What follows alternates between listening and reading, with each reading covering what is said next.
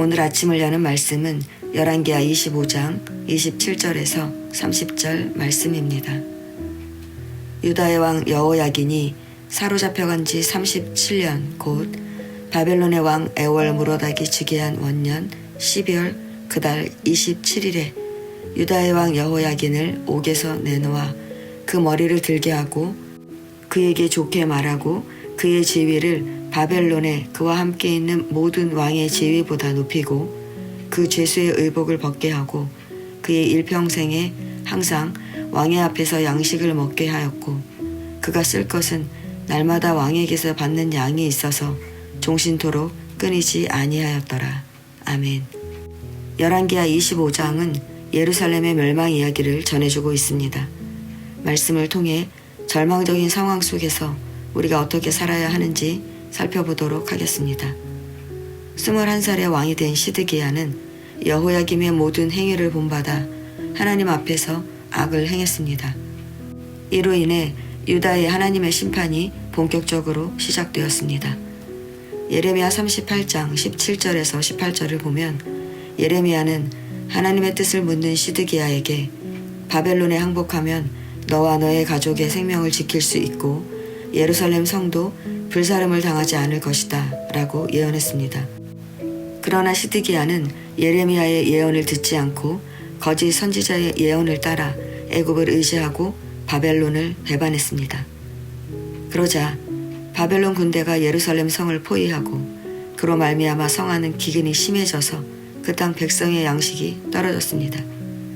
결국 성벽이 뚫리고 모든 군사와 시드기야는 밤중에 도망을 쳤습니다.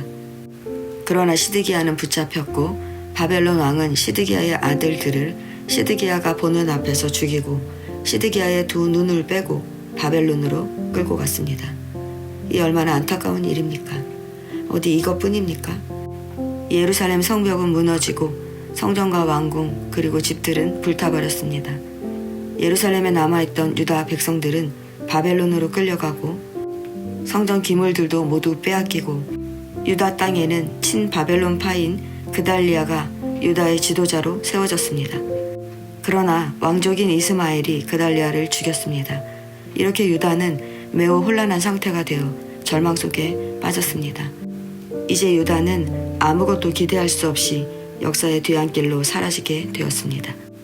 그런데 27절 이하의 말씀을 보면 유다의 왕 여호야긴이 사로잡혀간 지 37년 만에 석방되었고 유다 왕으로 인정받게 됩니다. 그가 비록 바벨론에 있지만 유다 왕이라는 칭호를 사용할 수 있었고 왕실에서 제공하는 음식을 먹으며 여생을 보낼 수 있었습니다. 성도 여러분, 우리는 여호야긴이 유다 왕의 칭호를 회복했어도 포로인 왕이 무엇을 할 수 있느냐 생각합니다. 그러나 이것은 다윗 왕조를 통한 유다의 회복을 기대할 수 있다는 희망입니다. 이러한 희망은 실제로 페르시아의 등장으로 현실화되고 흩어졌던 백성이 유다로 귀환하는 놀라운 일이 일어나게 됩니다. 성도 여러분, 본문이 우리에게 말하고자 하는 것은 무엇입니까? 첫 번째는 하나님의 약속은 반드시 이루어진다는 것입니다. 유다는 멸망했고 시드기야와 그의 아들들은 다 죽었습니다. 내일을 기약할 수 없는 유다였지만 하나님은 아무런 힘도 쓸 수 없는 여호야긴을 바벨론 땅에서 유다 왕으로 세우셨습니다. 이는 사무엘하 7장 13절과 16절에 다윗 왕조가 영원하리라는 말씀이 이루어진 것입니다. 이렇게 우리가 절망 가운데 있더라도 하나님의 약속은 반드시 이루어집니다. 두 번째는 하나님께 소망을 두고 살아야 한다는 것입니다. 우리는 하나님의 말씀에 불순종해서 넘어질 때가 얼마나 많습니까? 우리는 이스라엘 백성들처럼 가나안에 정착해 살면서 나도 모르는 사이에 내 삶에 스며든 우상이 우상인 줄도 모르고 한 번, 두 번 타협하며 살다가 하나님을 잃어버려서 넘어집니다.